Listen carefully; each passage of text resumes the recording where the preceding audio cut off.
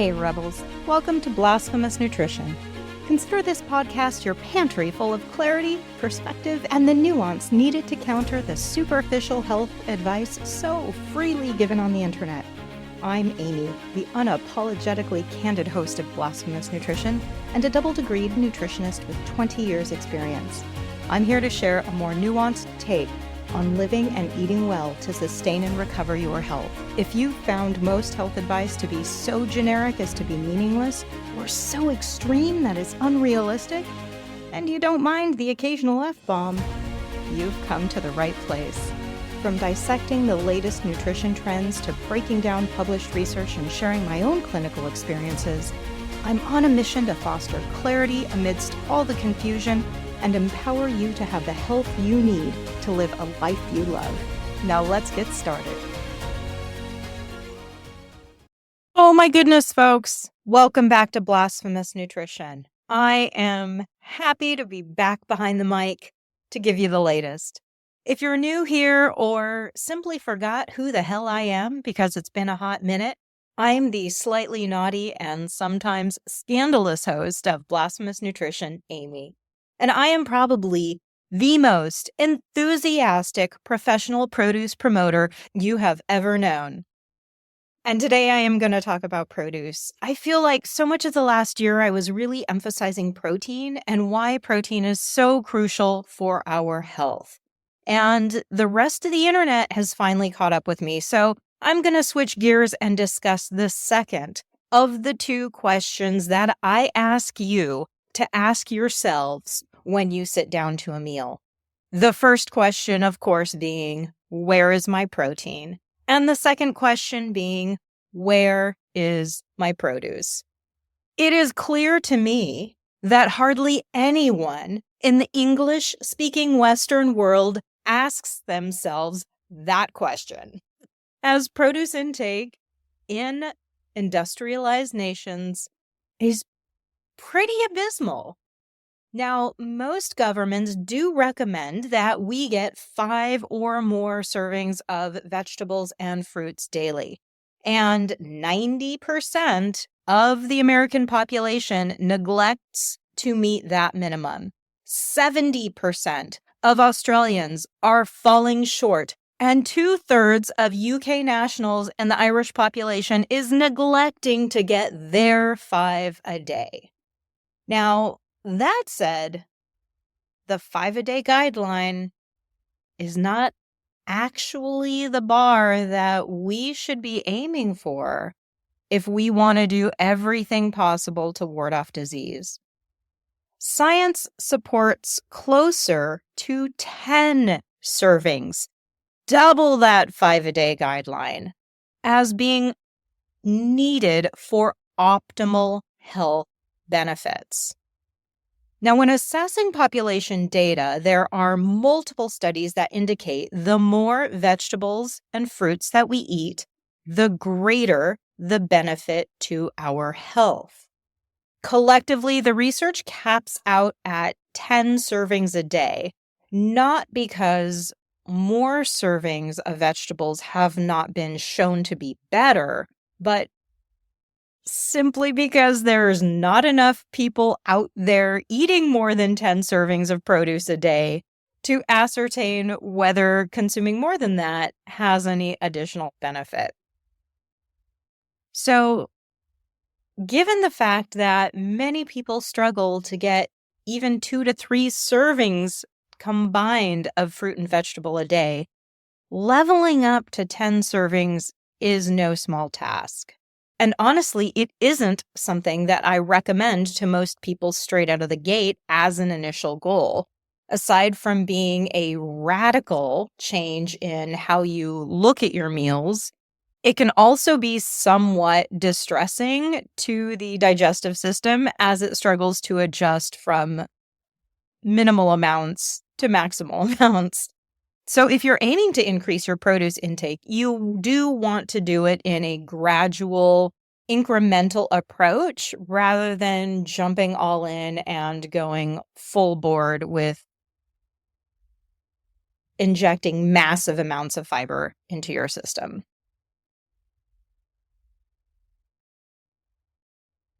All that said, when we set the bar of success at 5 a day, which is what our government agencies recommend, and we think that is optimal, then it's really easy to think that, if you get 2 or 3 a day, you're doing pretty well and you're doing good enough because you think, well, if 5 a day is optimal and you're getting 2 or 3, then you're basically getting 40 to 60% of what you need, right? But when the research indicates that more servings is better and 10 servings a day shows greater benefit than 5, if you're only getting 2 or 3, you're actually only getting 20 to 30% of your needs rather than 40 to 60. So for some people, creating this stretch goal of 10 a day instead of 5 a day motivates them to raise their own bar. And it gives them that extra push so that maybe they consume an average of 5 to 6 servings of vegetables and fruits a day instead of 3. And if you think about it and you take it from that perspective of using 10 a day as your stretch goal, and that allows you to level up your daily average to 5 or 6 servings a day, you not only vastly increase your own health and the nutrient density of your diet, but you basically get to have bragging rights as being the top of your class among your countrymen.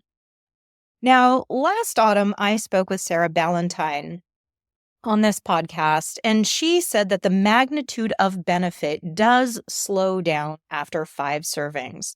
So getting close to those 5 a day, if you're averaging 1 or 2 servings of vegetables and fruits, does more for your overall health than, say, pushing for 10 a day if you're already getting 8 servings, if that makes sense. Stated another way, while there is a linear correlation showing that every serving of produce reduces your risk of death and disease from all causes, the difference in those outcomes from 2 servings to 6 is more impactful than, say, 6 to 10. So if there is any great takeaway from this episode today, it is that getting 5 servings of vegetables and fruit each day is a non-negotiable if you want to take serious, dedicated action to preserving or recovering your health. If you have chronic disease, aiming for 7 to 10 servings a day based upon your physical size, your biological sex, your activity levels, right, is probably going to be your best course of action, given that you are dealing with chronic disease. Now, that's not advice you often hear.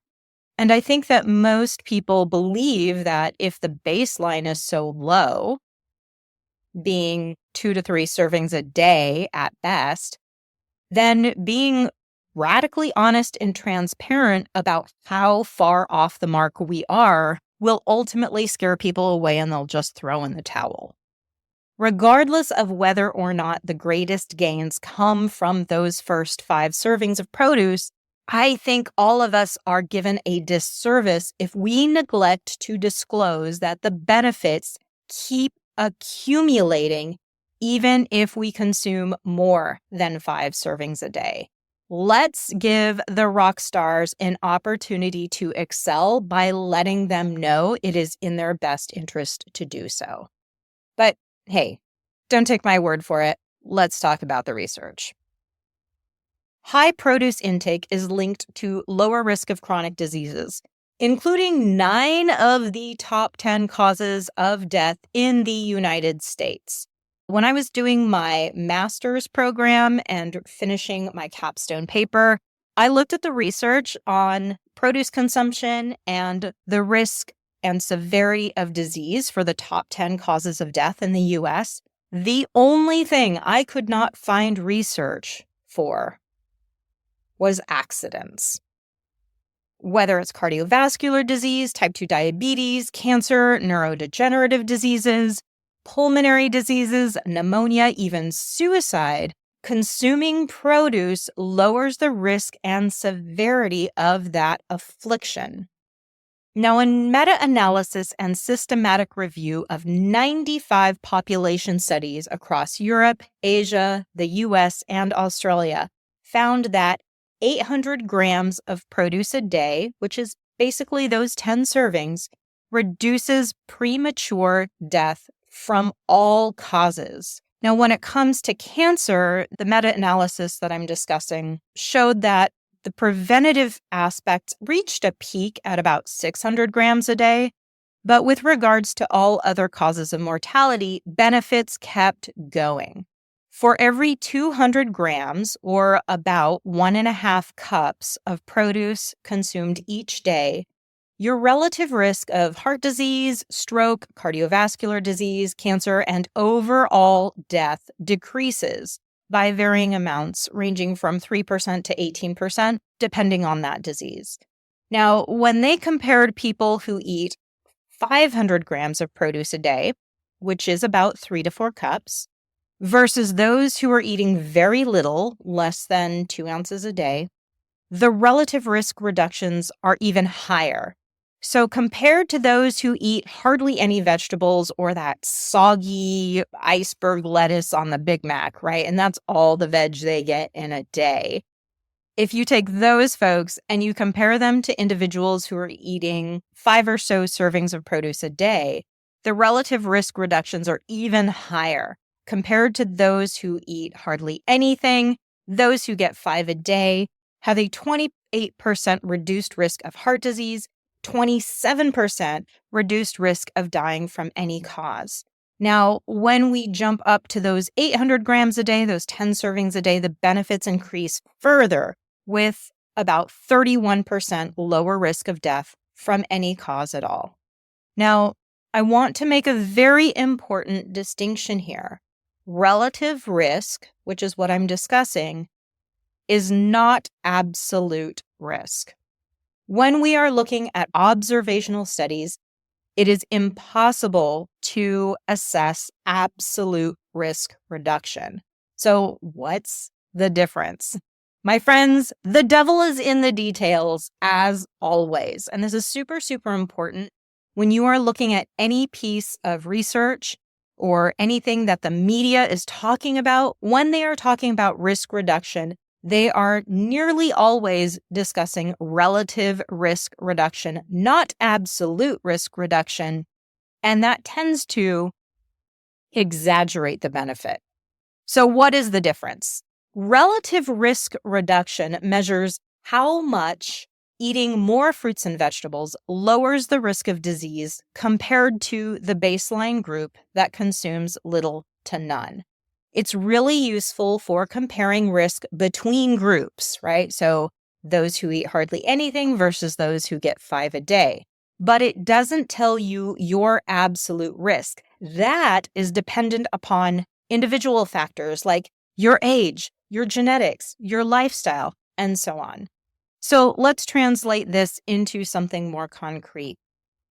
CDC data reports that all Americans have a 1 in 5 chance or a 20% absolute risk of dying from heart disease over the course of their lifetime, from beginning to end. Now, that risk jumps up quite a bit if you live to be 40, and data from the Framingham study suggests that 50% of American men over 40 will die of heart disease, and 33% of women in the United States over 40 will end up succumbing to heart disease. Now, in general, the average American also eats the least amount of produce of any Western industrialized nations.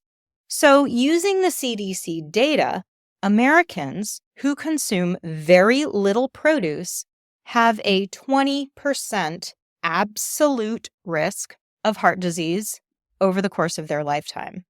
However, according to the meta-analysis that I'm discussing here, those who eat 800 grams of produce a day or 10 servings of produce a day have that 24% relative risk reduction in heart disease. So an American who eats 10 servings of produce a day may expect that their lifetime risk of death from heart disease will drop by 24% of that original 20% absolute risk.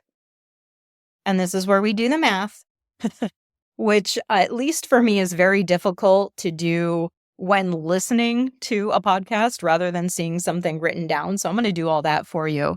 24% of the 20% absolute risk ends up bringing the absolute risk of dying down to 15.6% from 20% if you get those 10 servings of produce daily. Now, if you are over 40, and based on what I can see of the demographics for those who are listening to this podcast, most of you are over 40.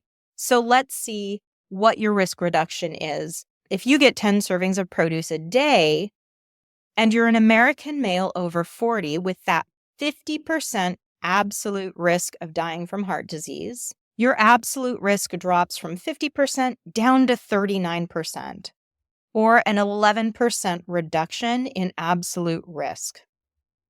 Now, if you're a woman over 40 consuming 800 grams of produce a day in the United States, you will reduce your absolute risk of heart disease from 33% to 25.7%. Now, dropping your risk from 50% to 39% if you're an American male over 40, or from 33% to roughly 26% if you are an American woman over 40, probably is not dramatic enough an improvement in your absolute risk of dying from heart disease, unless you have a strong family history of heart disease. If multiple members of your family have died of a heart attack, and you know, looking at your family tree, that your risk is pretty high, then this is one way that you can pretty significantly impact your own personal risk. So the big takeaway here is that if there is a 20% relative risk reduction, which when we are looking at the scientific literature as interpreted by the media, they are nearly always discussing relative risk reduction because they are looking at studies that are observational, okay?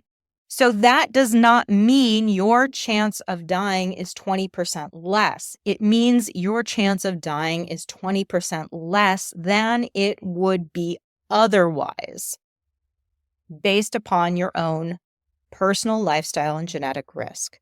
It's super, super easy to get bogged down in the weeds, but what is consistently shown in population data is that those who eat more produce live longer and stay healthier during their lifespan than those who don't.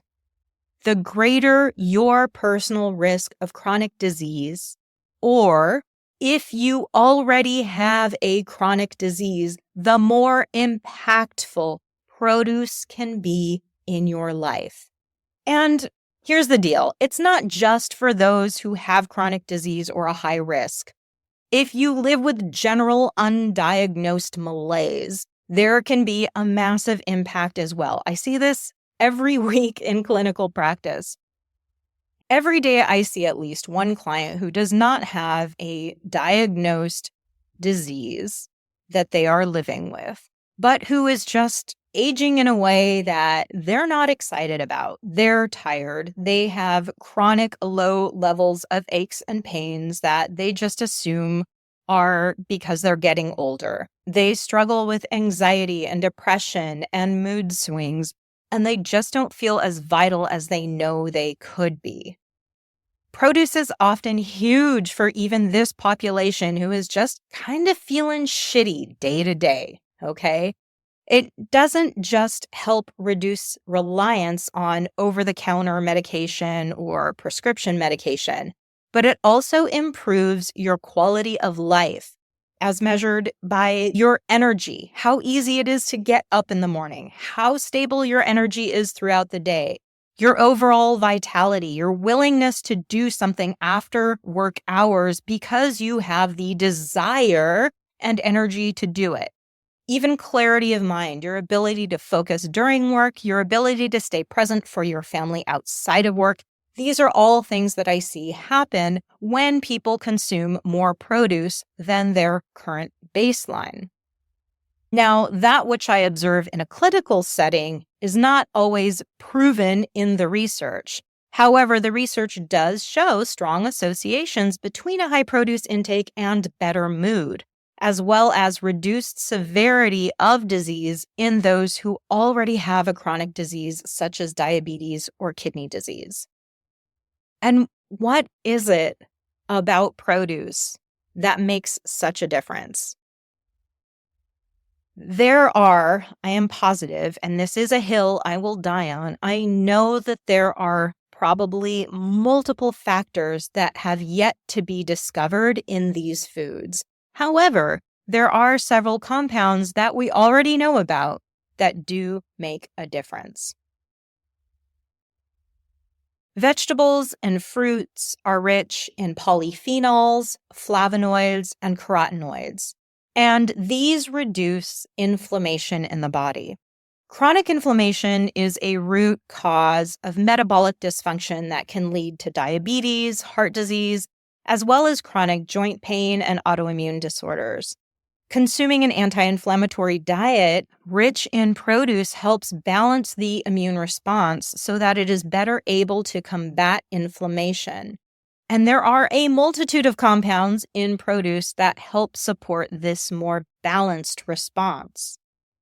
Additionally, vegetables, particularly, and some fruits are quite high in fiber, and a high fiber intake feeds our beneficial gut bacteria in the colon, right, and the small intestines.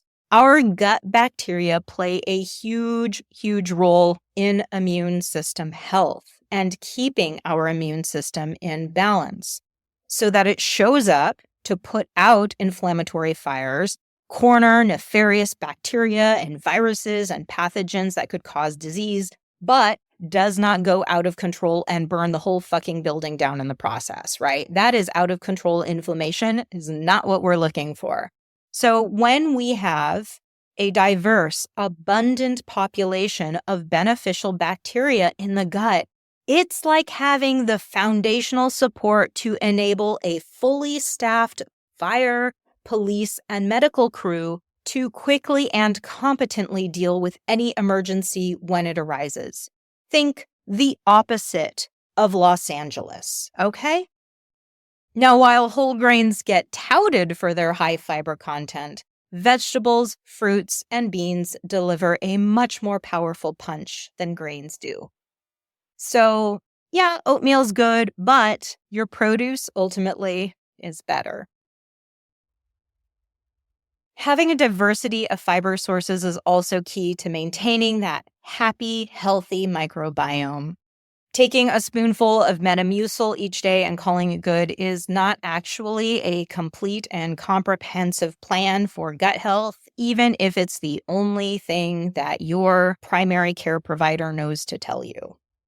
Having a diversity of fiber from soluble and insoluble sources supports that balance as well as diversity within the gut, helping to regulate the immune system and again prevent the excessive inflammation that makes everything go to shit. When gut bacteria are imbalanced, or what is also known as bacterial dysbiosis, this can lead to chronic low-grade inflammation, which is a major driver of cardiovascular disease via increased inflammation of the arteries, type 2 diabetes through inflammation's impact on insulin sensitivity, damaging the receptors on the cell so that insulin cannot dock on the cell and transport glucose effectively, and low-grade chronic inflammation is a massive driver of autoimmune disease like rheumatoid arthritis, Hashimoto's, multiple sclerosis. Now, you may be wondering, how does the bacteria in my gut lead to inflammation outside of my gut? Very simply speaking, having an imbalance of beneficial bacteria to pathogenic or negative bacteria, having low diversity, a population that is not particularly robust or healthy in the gut leaves our safety crew under-resourced. So there could be various bad actors or even just simple wear and tear on the body that generates inflammation within the gut, within the intestines.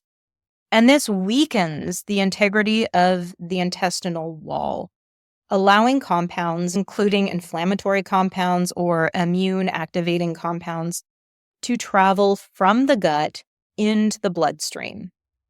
Now, when these compounds get into the blood from the gut, and they aren't supposed to be there, but they're only there because of this wear and tear, this leaky gut that has occurred, the immune system becomes alerted that, oh, someone's here who shouldn't be here. This doesn't look right. So the immune system gets ramped up, and this begins the inflammatory process. Now, when this is a chronic thing that's happening, because the gut is leaky, is the term we use, right? The non-scientific layman's term, leaky gut. If that is a chronic situation, then the immune system is always seeing these strangers that don't belong going through the blood system and working to stop them. And so that inflammation is chronic and ongoing. There can also be conditions where the immune system has been thrown out of balance due to nutrient deficiency, due to disease, due to chronic ongoing inflammation over time. And this imbalance in the immune system can create a situation where the body can start the inflammatory process, right? But it can't stop it. Again, we don't have enough firemen to put out the fire. Or we drained our reservoir and there's no water available to put out the fire. Something like that. So having this situation of chronic inflammation in the body that is unable to be resolved either due to consistent ongoing irritation or that imbalance in the immune system perpetuates cell damage throughout the rest of the body as well as the brain. And this is how a compromised gut can be the root cause of chronic joint pain, mood disorders, diabetes, as well as cardiovascular disease in some individuals. Research does show that consuming a high fiber diet of 35 to 50 grams of fiber or more per day significantly supports a balanced blood sugar and reduces the risk as well as the severity of diabetes. Now, the average Western diet has about 15 to 20 grams of fiber, with the US being at the bottom of that range and Australia being at the upper end of that range. So regardless of where you live, if you live in an English-speaking country, you can see that we have loads of room to improve when it comes to getting more fiber in the diet. A mix of soluble and insoluble fiber seems to be the key to getting the best results here.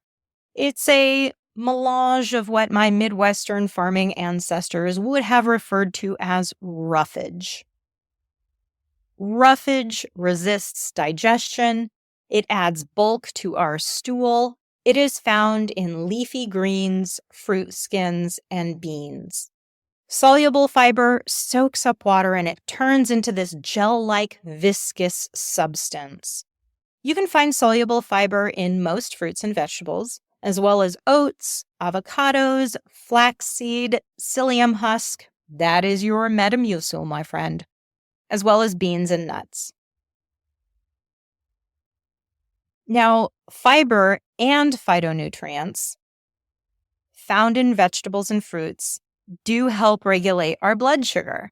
So a high fiber diet at 35 grams a day or more helps significantly with blood sugar control if you have diabetes, but it also reduces the risk of getting diabetes in the first place, making it crucial if this is something that you are concerned about. Now, I mentioned phytonutrients also support blood sugar. It's pretty cool how some of these plant compounds help our body utilize insulin better and facilitate the shuttling of glucose into the cell. Some phytonutrients like quercetin, which is found in apples, in onions, and berries, directly stimulate GLP-1 secretion and can therefore support the release of insulin, making your body more efficient at clearing sugar from the blood. Other phytochemicals, such as polyphenols, reduce insulin resistance. So they help your cells receive glucose and utilize it instead of letting it hang around in the blood causing damage. And this is one reason why a Mediterranean diet is so strongly associated with reduced risk of diabetes. With a foundation of olive oil, vegetables, and fruits, it's really high in polyphenols. Now, additionally, there are certain plant compounds that inhibit enzymes that are responsible for digesting carbohydrates. You could think of these compounds as speed bumps on the road of sugar absorption. Now, these are also polyphenols, but they're found in black soybeans and other black beans, as well as dark-colored berries and various herbs and spices. So when we consume these polyphenols, it results in a slower, more controlled rise in blood sugar. Phytonutrients also fight inflammation and reduce oxidative stress in the body. And blood sugar issues are not just about consuming excess sugar or carbs in the diet. They're also heavily connected to inflammation. Consuming phytonutrients from vegetables reduces the amount of oxidative damage happening all throughout the body, which protects it from long-term metabolic dysfunction, in addition to pretty much every other disease known to man.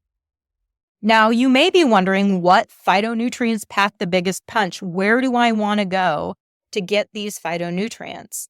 With regards to blood sugar regulation and metabolic health, cinnamon, curcumin, berberine are super, super impactful and have some pretty good research supporting their ability to help balance blood sugar.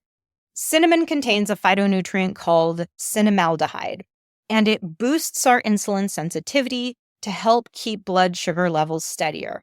The super cool fucking thing about this, guys, is just 3 to 6 grams of ground cinnamon daily is an effective dose.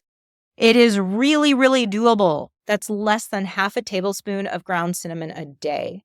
So if you put cinnamon in your oatmeal and roast some butternut squash or acorn squash or yams with cinnamon, you can really, really easily get that dose on a daily basis. I also really like to put cinnamon in my coffee. That's really yummy.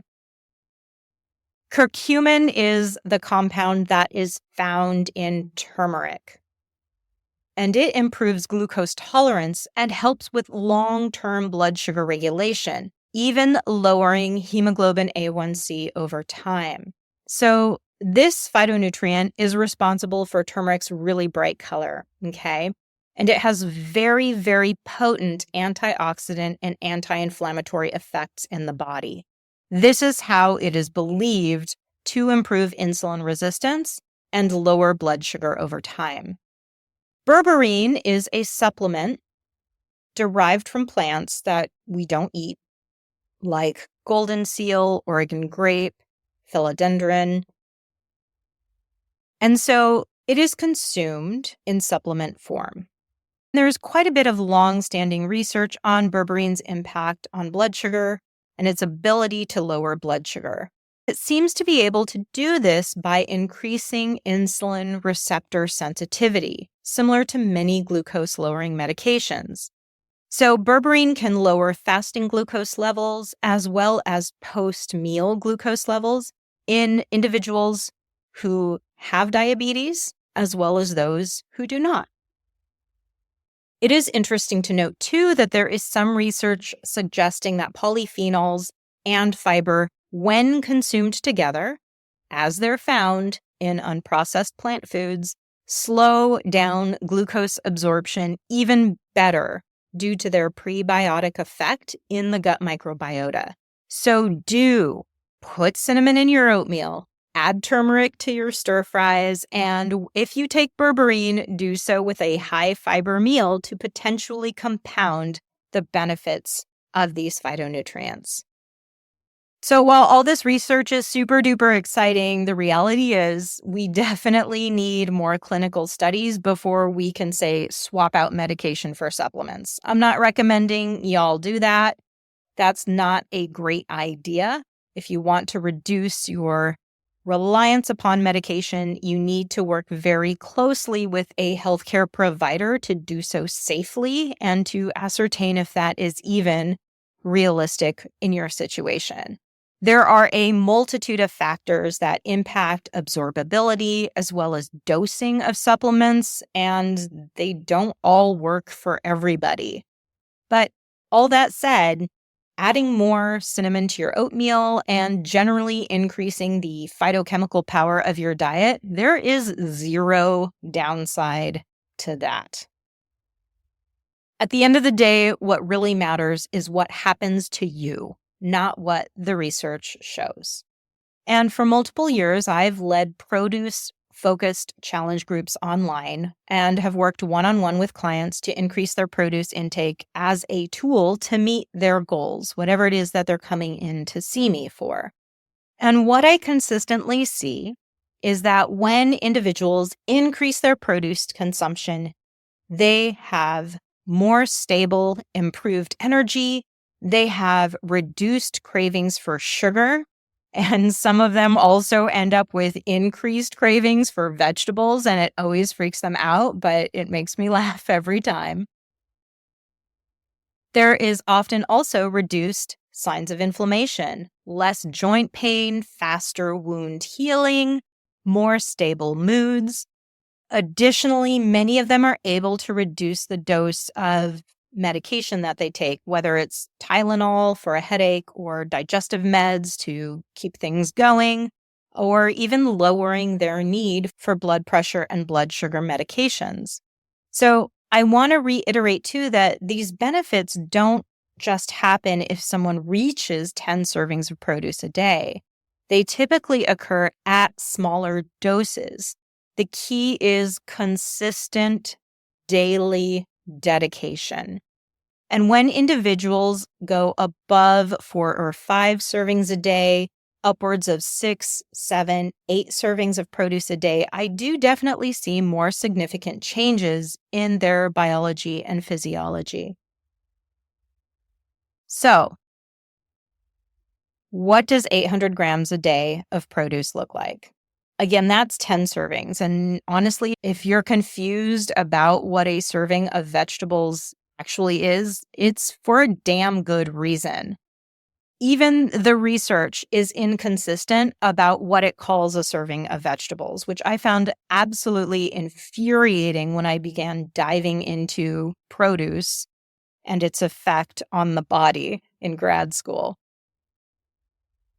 Some studies call a serving of vegetables 70 grams, others say it's 100 grams. And if there is no consensus among the researchers, how the hell can we expect to get a clear message to the general population, right? That said, by and large, when it comes to government organizations making recommendations, they go on the average of what is seen in the research, and it tends to be between 80 and 90 grams. Now, that's easier to measure on a scale, but it's pretty impossible to visualize because it takes a lot more volume from spinach than it does a carrot to get to 90 grams, right? And that's why produce servings are so bloody confusing. There's no easy way around this, guys, other than memorizing the following recommendations for a serving size. A serving of vegetables is equal to 2 cups of raw leafy greens. For most people, it's going to be roughly what you can hold in 2 hands cupped together. A serving of vegetables is also the equivalent of half a cup of cooked veggies of any kind, or a medium bell pepper, or a carrot. Again, size matters here, so if you want to be well educated on what a serving of vegetables is, I highly recommend working with a food scale for a little bit and getting a sense of what the volume looks like for the vegetables and fruits that you consume the most often so that you can make better estimates for yourself in the future. Now, average daily intake of produce is way, way below 800 grams across the board across nations. Most countries recommend that their population consumes 400 grams of produce a day. That's your 5 a day, 400 grams. The World Health Organization, however, recommends 400 to 600 grams of produce daily. That said, worldwide, anywhere from 10% to 18% of any population ends up meeting that goal. Lower income nations, middle income nations, about 18% of their population reaches that 5 a day thresholds. But as nations get more industrialized, their produce intake drops. I have a feeling that this is likely due to a combination of factors, including less time cooking and preparing meals in the home, increased accessibility of more processed, shelf-stable foods as one has access to them through higher income personally, as well as the increased GDP of a nation, right? But those aren't the only barriers that people face. When it comes to produce barriers, more people face challenges getting enough vegetables than fruit. It's just easier to get more fruit servings than vegetable servings a day. Fruit is more likely to be portable, it requires less preparation, and for most people, they find fruit to be more palatable than vegetables. Now, that said, the research pretty strongly favors vegetable consumption over fruit consumption when it comes to nutrients per bite, as well as improved health outcomes. Green leafy vegetables and cruciferous veggies like your cabbage, kale, cauliflower, broccoli, etc., these consistently show up in the literature as being the healthiest of the lot. That's not to say don't eat fruit, particularly if you have a high risk of stroke.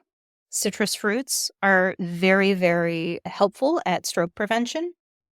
And those dark berries are pretty much on par with spinach and other super dense vegetables with regards to how amazing they are from a phytonutrient standpoint. So I'm not saying don't ever eat fruit. However, I'm saying for most of you, veggies are more of an issue than fruit is. When making recommendations to my clients, I often encourage them to have one fruit for every 4 servings of vegetables. Most of the individuals I work with are concerned about aging well, about maintaining a stable blood sugar in a healthy range. They're concerned about maintaining their weight or even losing weight. And most of the folks I talk to are over the age of 35.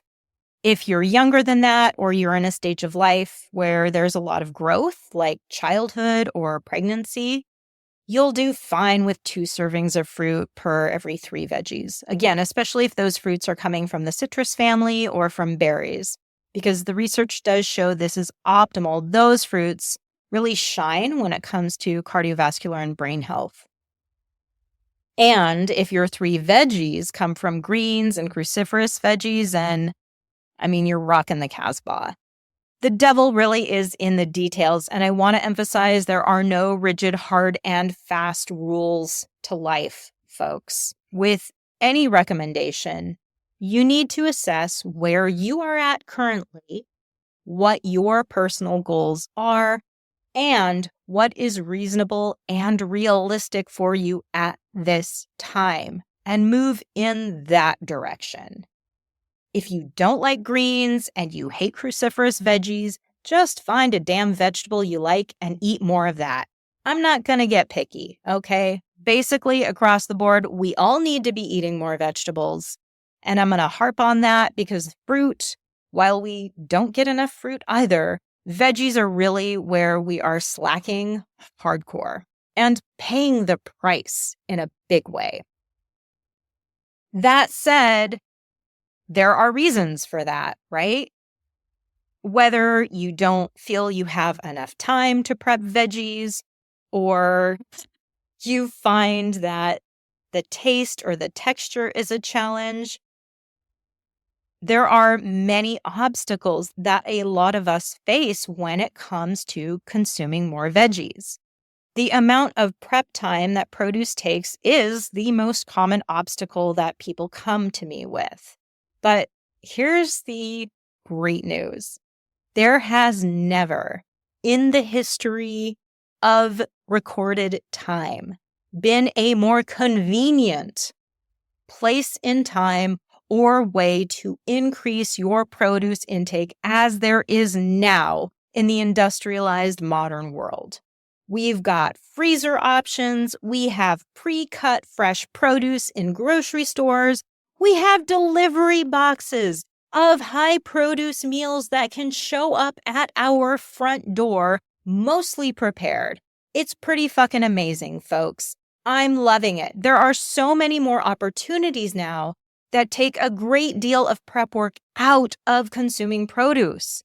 Additionally, prep work can be done in small batches at 10 to 15-minute intervals here and there. And as you become more familiar with preparing and brandishing those knife skills, you will find you do get quicker. As with all things, sometimes the lack of familiarity is the very thing that slows you down.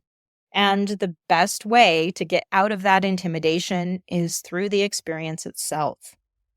You can take a produce-focused cooking class, take a knife skills class, watch videos on YouTube that can show you all sorts of ways to make your time in the kitchen quicker, more efficient, and better organized.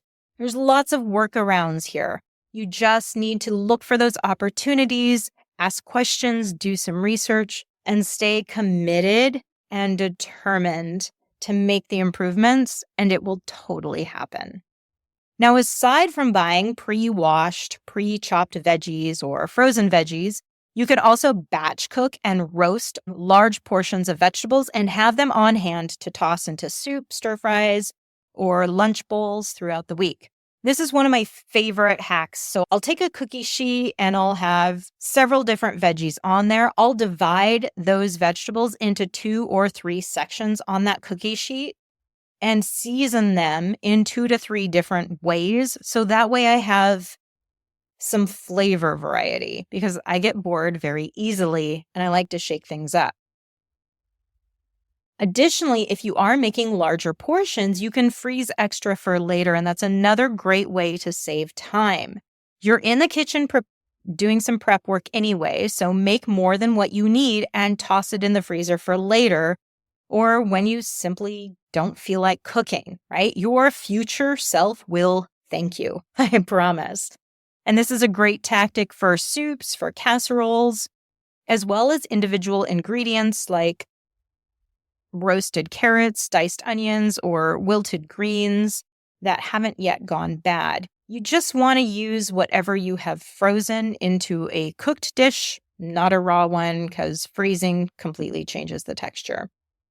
Speaking of texture and taste is another thing that some people struggle with when they are looking to consume more vegetables in their diet.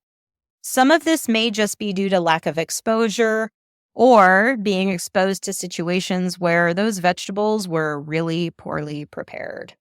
As a child of the 20th century, it was very common for children in my generation to grow up having only iceberg lettuce salads, canned peas and beans, and really nasty-ass, soggy canned spinach. I have seen countless people realize they actually do like vegetables. They just had never had them properly prepared before. There's a lot to be said for a crisp, tender floret of broccoli versus an oversteamed or boiled frozen floret of broccoli. Some people also struggle with the bitter note that many vegetables can have, especially some lettuces or cruciferous veggies. And in these cases, adding a little bit of that vegetable mixed in with one you like a smattering of arugula in a spinach salad, right? Or pairing those vegetables with flavors you already love, like cheese, certain spices, or dips. That can be your gateway to expanding your palate and increasing the variety of vegetables that you consume. And honestly, I have zero problems if you drown your broccoli in ranch dressing or cheese, if that's what it takes. Seasoning and preparation methods matter quite a lot. And experimenting to find what you enjoy may end up being an essential part of your process. Do you prefer roasting to sautéing? How about fermented veggies? What if you blend it in a soup? All of these things can significantly change the texture as well as the flavor of a vegetable. And when done well, that can be the game changer that you need to get on board with a specific veggie or a family of vegetables. So I recommend with your experimentation that this first be done in a restaurant. It's a pretty low commitment. You don't have to buy a bunch of a certain kind of vegetable that you're nervous about or unfamiliar with. If you don't like it, you don't have like a shit ton of leftovers that you have to deal with. And whoever's preparing it in the restaurant probably knows how to do it better than you do, at least at the start.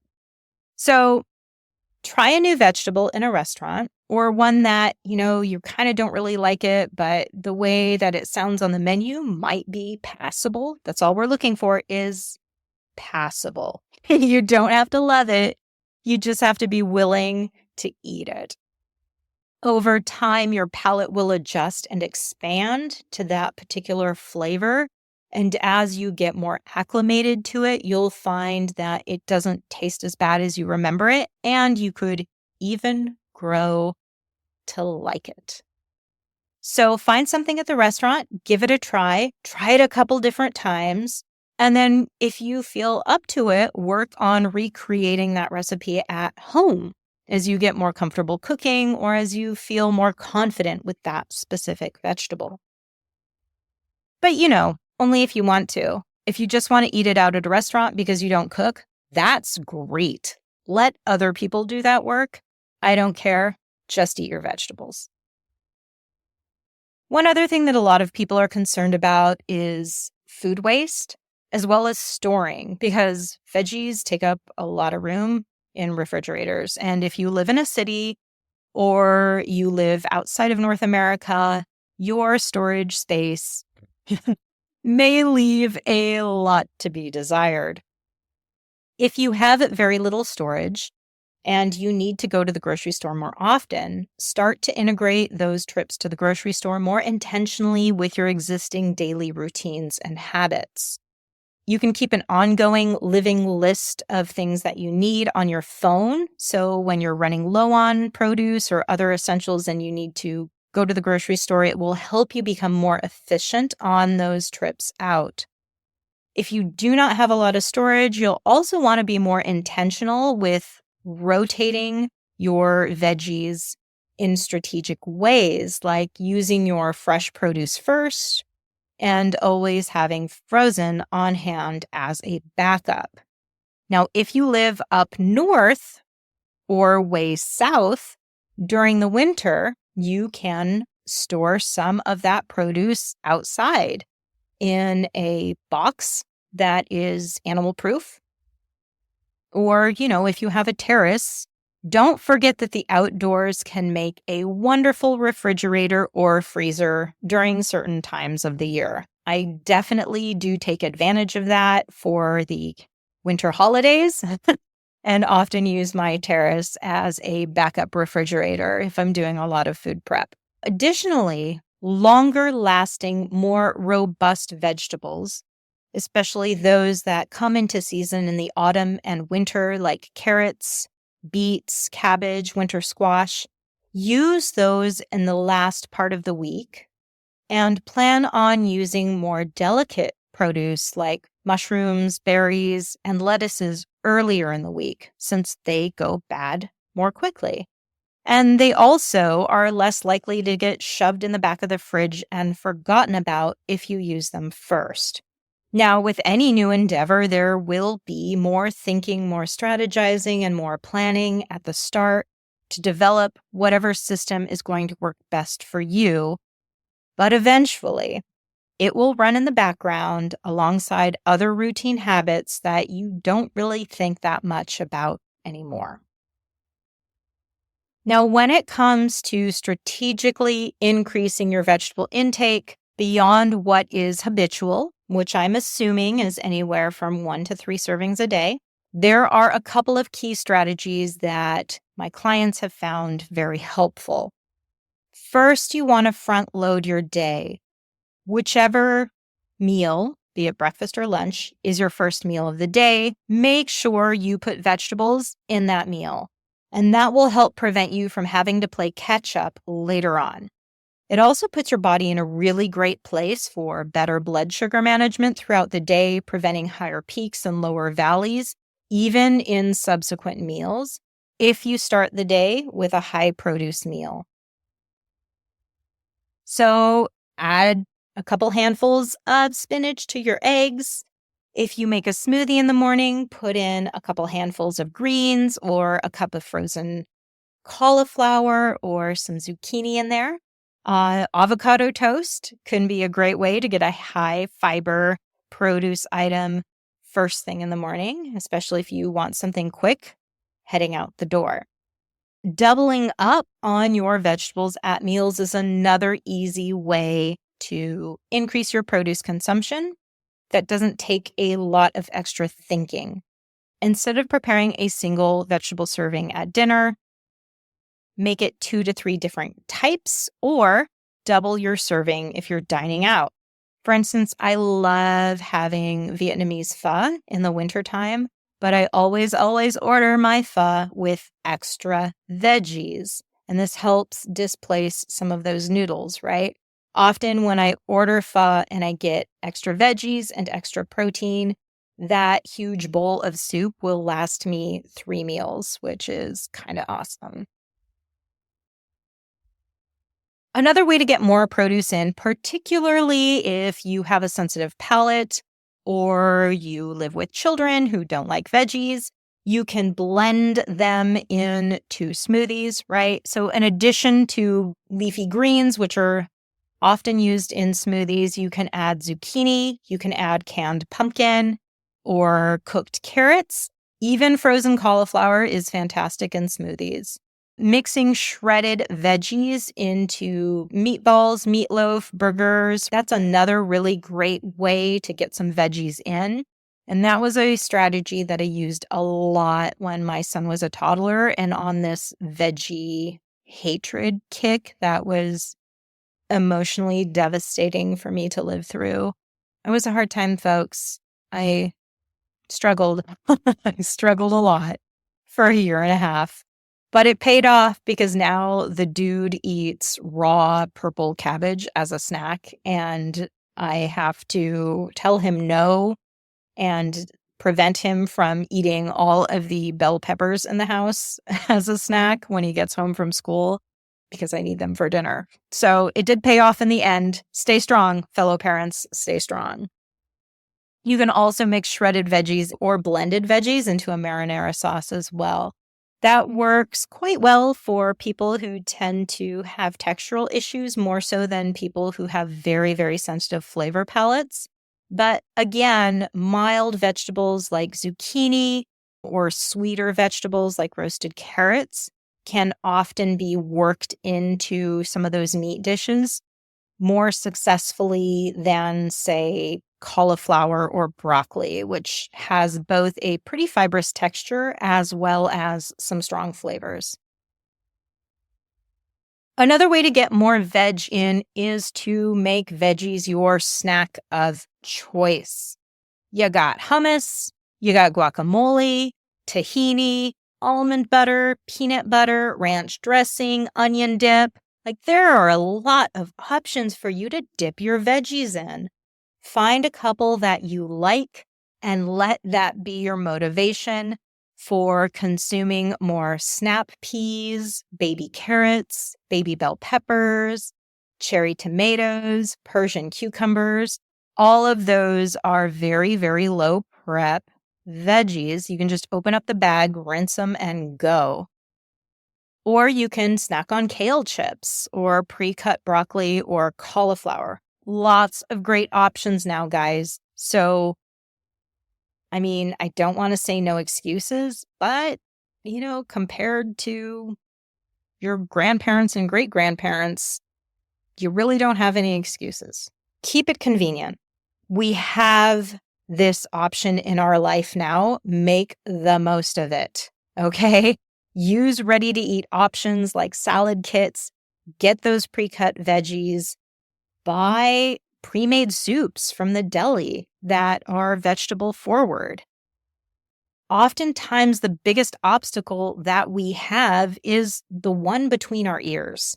Having a preconceived notion of what this has to look like, what it means to eat healthy, that you only shop at the farmer's market, you eat 100% organic, right?